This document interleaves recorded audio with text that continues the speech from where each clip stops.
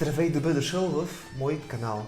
Казвам се Климон Болосуков и днес ще отговарям на един въпрос, който често ми задават: защо живея в България? Значи аз съм Климон, роден съм в Дижон преди 33 години и живея в София, в България от вече 8 години и половина някъде. Аз работя като фризьор и гримьор всеки ден, но иначе втората ми професия е хореограф, тъй като тази година завърших академията в Пловдив, режисура на български народни танци. Често ми задават въпроса как реши да се преместиш в България, какво те доведе до България. Аз често отговарям, че не е любовта към даден човек, а е любовта към самата България, но по-специфично към български народни танци. Има две ключови моменти в моя живот и как се свързах с български народни танци в Дижон. В наш град от много време има една много стара традиция от един международен фолклорен фестивал, където кметовете на Дижон от може би 60 години назад са поканили групи от целия свят, за да се състезават и да се връчва награда за най-хубав и представителен ансамбъл за световни народни танци. Идвали са групи от Мексико, от Китай, от България, от Турция, от къде или не. И в Дижон са идвали край на август всяка година.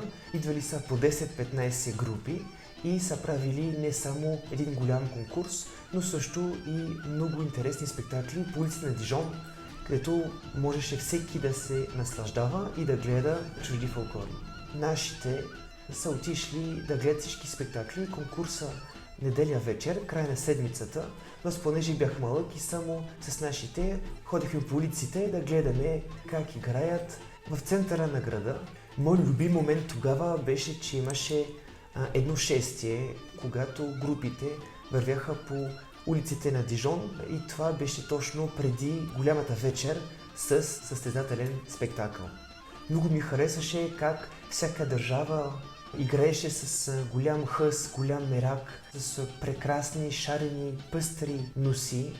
Много беше хубаво и се чуваше много различни ритми, с различни инструменти от много други държави, които въобще не им знаеш името, но пък тогава точно ги учиш. Имаше от Казахстан, от Боливия, от държави, които са не често срещнати в Дижон, но много интересно да се гледат.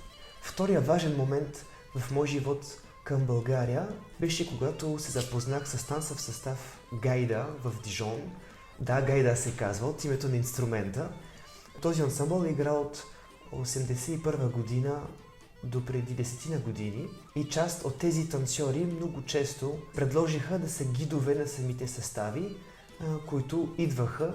Даже част от танцовия състав Гайда бяха в журито, които оценяваха групите на сцена. Направих един реферат тази година за моята магистратура, така че долу ще пусна линк да си стеглите историята на ансамбъл Гайда, защото не е много обикновена и ще ви е много интересна как запалени, може би луди дижончани започнат да играят не само български, но балкански фолклор като цяло.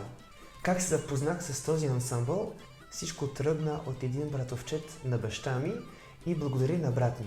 Те играха в този ансамбъл още през 90-те години и много често се чуваше тази музика в къщи, но пък особено като гледахме какво ново се изготвили, коя държава се избрали, най-често играеха буквално всички балкански държави, като Сърбия, Северна Македония, България, Молдова, Румъния, също Израел, Турция.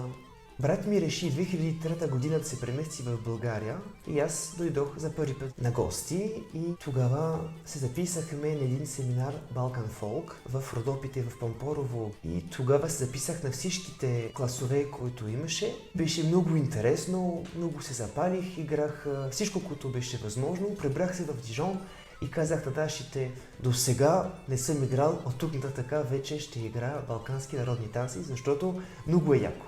И така влязох в танцов състав Гайда 2003 година и за първи път бях на сцена 2004 година.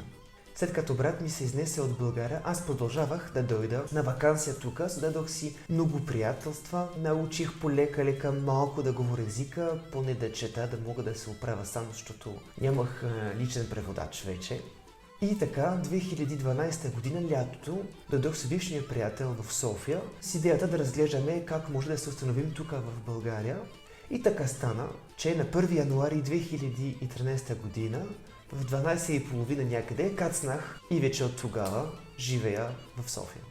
И да, откакто живея в България, не съм изпуснал възможност да играя ту по хоротеки, ту по фестивали. Научих страшно много хора, благодаря на много хора и включително благодаря на много преподаватели и колеги в Пловдив, Академията за музикално изкуство.